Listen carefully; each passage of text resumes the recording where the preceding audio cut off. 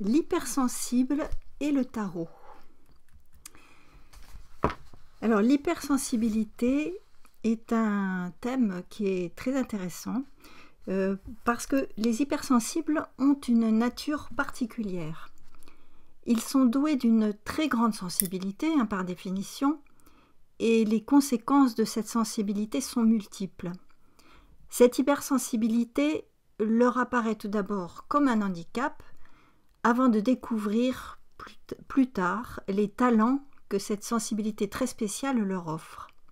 Nous allons voir les composantes de ce que l'on appelle l'hypersensibilité, quelles difficultés et quels talents elle génère à la lumière des 22 arcades majeures du tarot. Sachez que cette hypersensibilité concerne environ 30% de la population. Mais il existe autant de formes de sensibilité que de personnes hypersensibles. Cependant, si vous êtes hypersensible, vous allez certainement vous reconnaître à travers les 5 domaines que nous allons examiner. La sensorialité, les émotions, le mental, le relationnel et l'activité. Bonjour, je suis Hélène Poiseau, psychologue, coach et tarologue. Alors, continuons avec la sensorialité. Les hypersensibles sont dans le trop sensoriel. Ils perçoivent par les sens de façon intense grâce à une sensorialité très élevée. Par exemple, le bruit les agresse souvent, ainsi que les spectacles qui sont trop violents en couleur ou en mouvement. Pour cette raison, ils peuvent passer par des états internes assez extrêmes, des états de joie intense, mais aussi des profonds chagrins, des peurs aiguës ou de très fortes colères. Avec tempérance équilibre les énergies. Elle nous fait penser aux extrêmes par lesquels passent les hypersensibles. L'ange du tarot transmet des vibrations qui sont ressenties au niveau des sens. Les personnes hypersensibles perdent facilement leur équilibre vibratoire et sensoriel établi par tempérance. Ils se mettent rapidement dans des excès en tout genre. Le pape pourrait avoir tous ses sens en éveil car il reçoit des mondes de lumière, des messages, des informations. Il a besoin de cette sensibilité sensorielle pour pouvoir réceptionner ces messages qu'il transmet aux humains.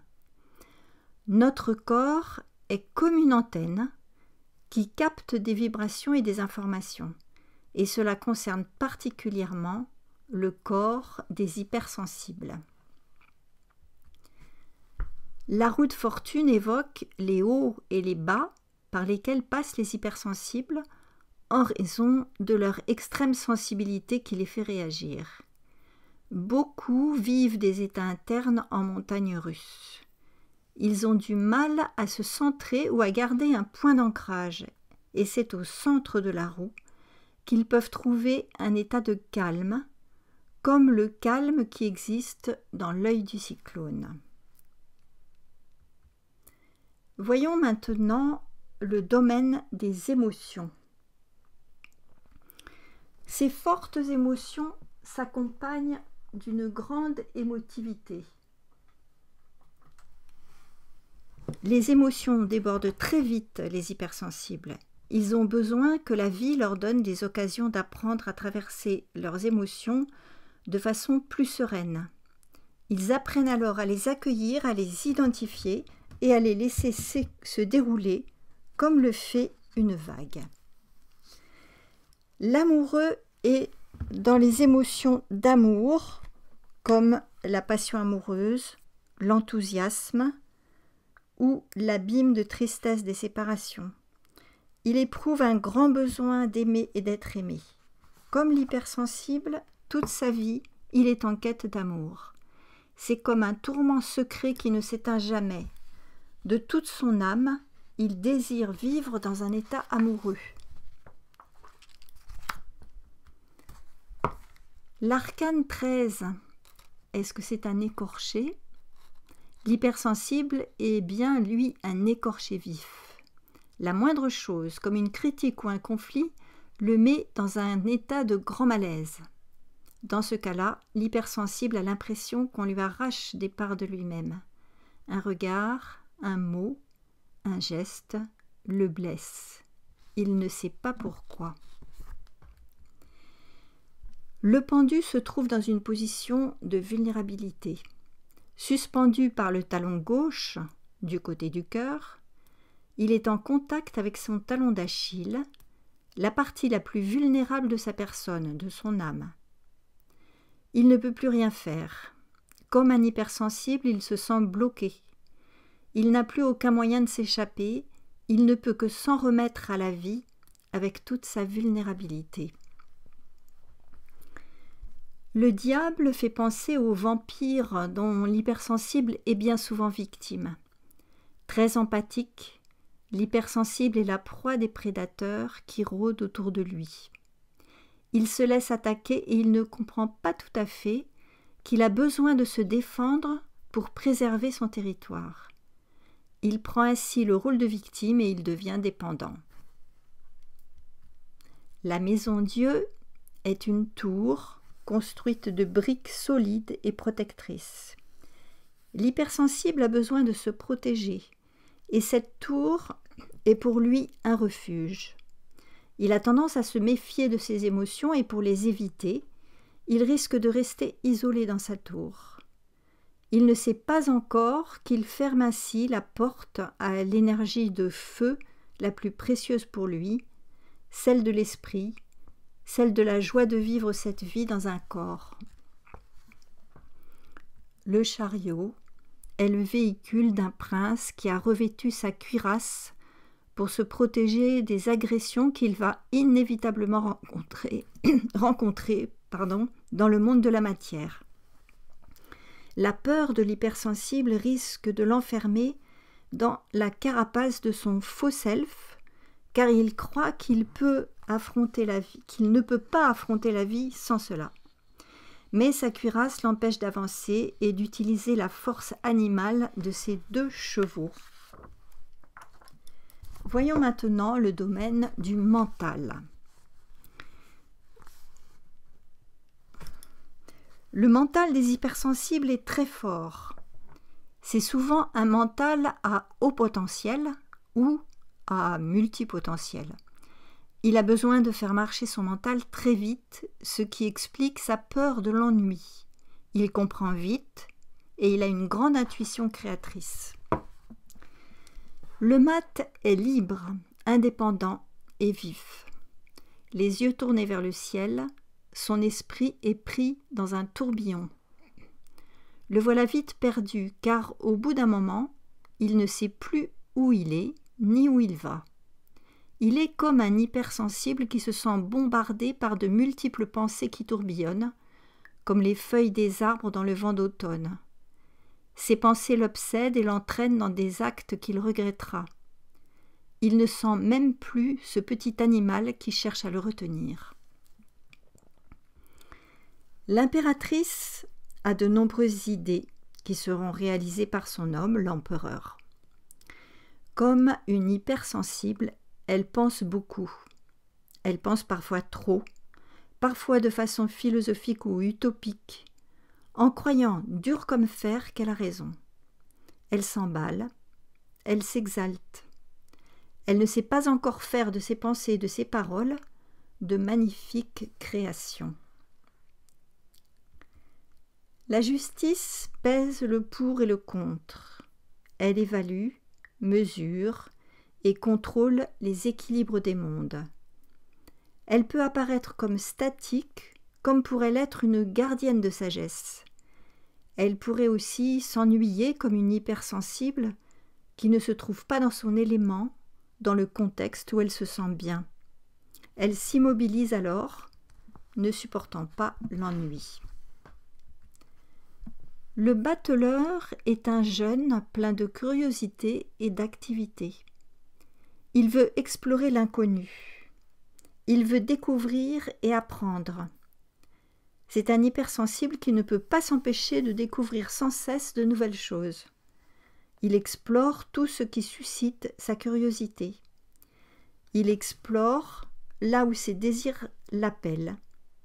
Il développe son agilité d'esprit, son habileté, comme un hypersensible. Pour lui, la vie est un jeu sans cesse renouvelé. La lune, l'astre de la nuit, nous porte au rêve, mais aussi à la rêverie. La lune nous ouvre le monde infini de l'imaginaire. C'est la nuit que l'hypersensible s'intériorise et s'abandonne à son monde imaginaire. Tel un artiste, il aime se laisser inspirer par la nuit.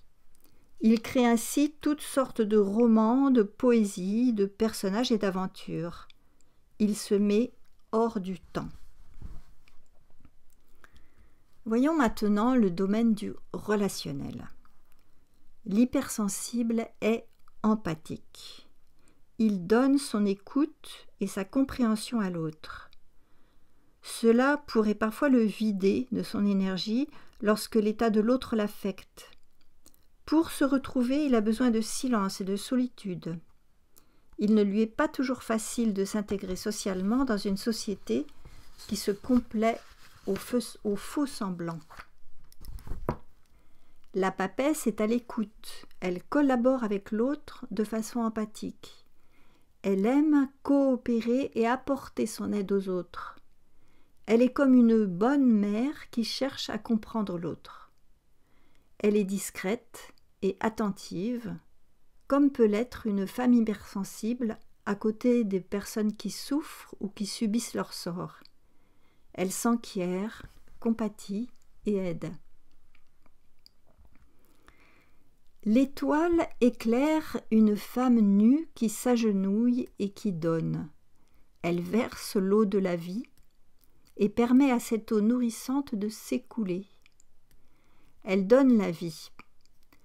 Lorsqu'elle est affectée par l'état émotionnel des autres, elle risque de perdre son énergie, comme une hypersensible qui reste à nu. Elle se laisse atteindre et pénétrer par les énergies basses qui l'entourent.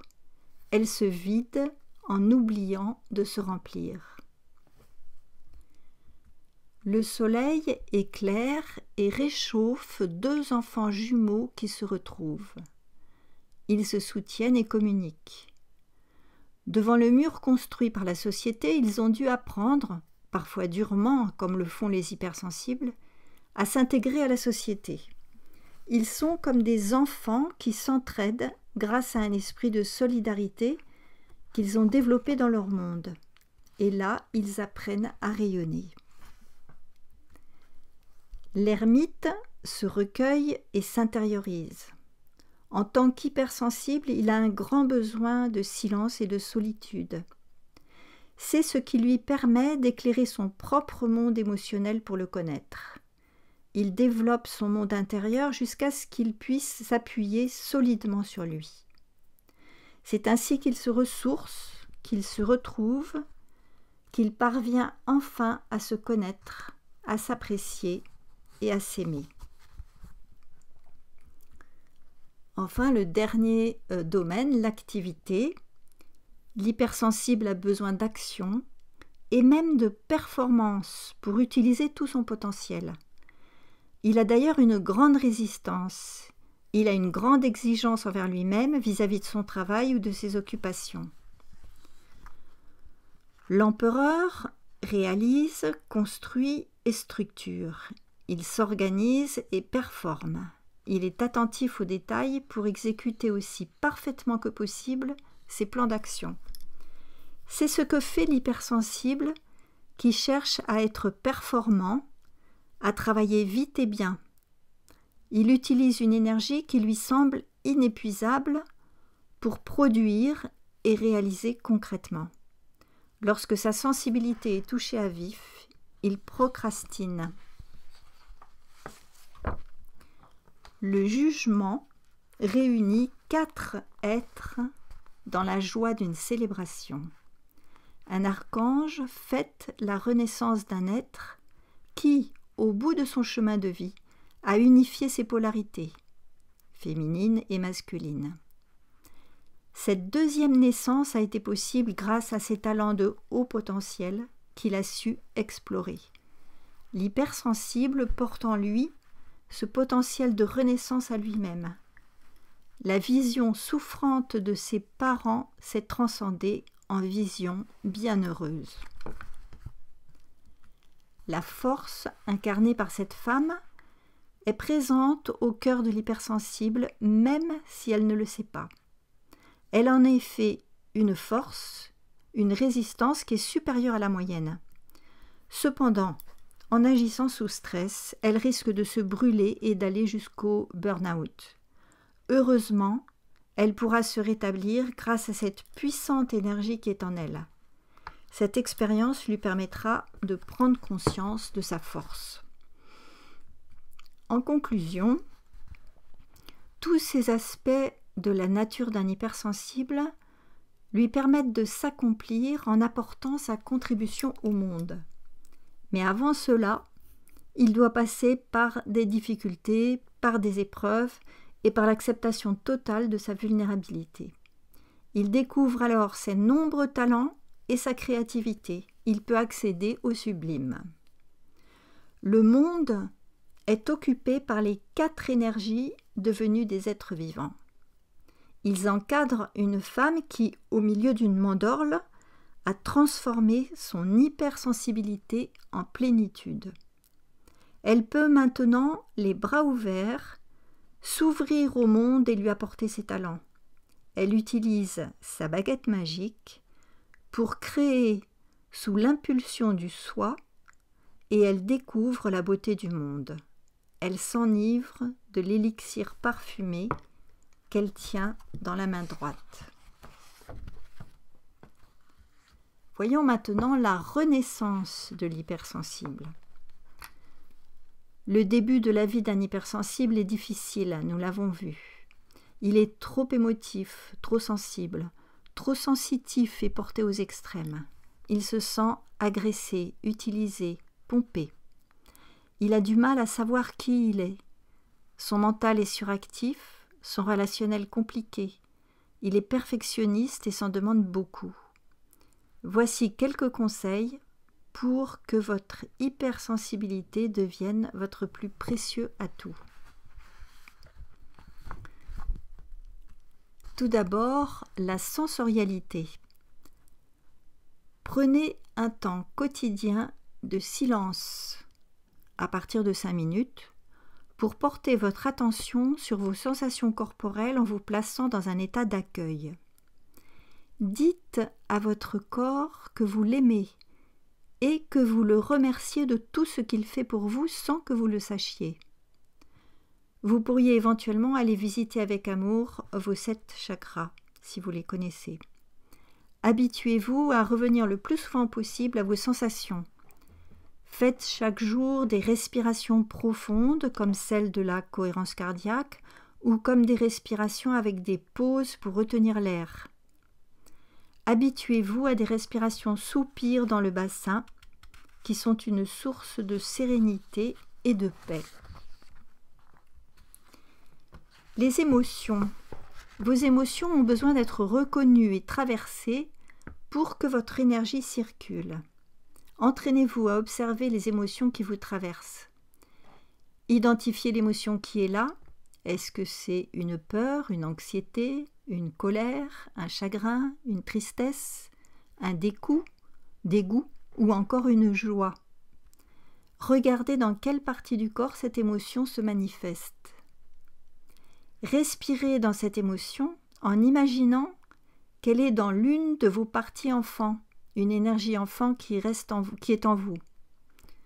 Faites venir une énergie de douceur et de tendresse dans votre partie enfant qui en a tellement besoin et rassurez-le. Le mental. Lorsque vos pensées tournent en boucle et vous entraînent dans un état de confusion, allez chercher l'émotion qui se cache derrière votre mental en ébullition. Faites ensuite la procédure pour accueillir vos émotions. Pour exprimer cette émotion, vous pouvez laisser venir l'artiste qui est en vous. Écrire, car les mots sont des symboles qui créent des liens. Laissez venir spontanément des dessins qui expriment vos émotions. Danser, courir, bouger, chanter ou jouer de la musique. Le relationnel. Traquez toutes les relations qui se manifestent dans le modèle du triangle de Karpman. Vous observez alors les rôles de sauveur, de victime et ou de persécuteur qui sont présents dans la relation. Identifiez le rôle que vous jouez dans cette relation. Commencez par prendre de la distance. Demandez-vous de quelle façon vous voulez être en relation avec l'autre. Décidez de vivre ce que vous voulez vivre. Ayez le courage d'en assumer toutes les conséquences. Et d'une façon générale, dans vos relations, identifiez clairement le besoin qui est le vôtre. Et puis, l'activité, observez votre désir de performance et ou votre perfectionnisme et donnez-vous le droit à l'erreur. L'erreur est humaine. Mesurez vos forces et donnez-vous des limites à partir de votre ressenti. Prenez le temps de vous organiser et notez ce que vous avez à faire. Quand ces choses sont sur le papier, ce n'est plus dans votre mental. Veillez à nettoyer les émotions résiduelles pour trouver le calme. Accordez-vous du repos lorsque vous vous sentez fatigué. Et puis, pour conclure, les talents de l'hypersensible. Lorsque vos émotions sont accueillies et traversées, votre hypersensibilité devient un joyau précieux. Vos perceptions vous donnent une grande intuition. Vous avez la possibilité de lire les énergies. Vous sentez ce que sentent et ce que pensent les autres sans aucun effort. Les idées vous arrivent toutes seules. Vous êtes créatif et inspiré car vous recevez naturellement des informations des mondes de lumière. Vous savez instinctivement ce que votre âme veut vivre. Vous avez la capacité d'apporter de l'aide aux autres par votre écoute, votre compréhension et votre créativité. Plus vous êtes relié, plus vous avez de l'énergie lorsque vous faites ce que vous aimez. La question de la confiance en soi ne se pose plus puisque vous avez la sensation d'être vous-même si vous savez que vous n'êtes pas parfait. Même si vous savez que vous n'êtes pas parfait. Voilà. Vous vous êtes peut-être reconnu dans le portrait de l'hypersensible et vous savez maintenant que vous avez des gros talents à développer. Si cette vidéo vous a plu, eh bien abonnez-vous et vous trouverez sous la vidéo les 7 clés du tarot si vous ne les avez pas encore pour les télécharger. Voilà, je vous dis à bientôt pour une prochaine vidéo.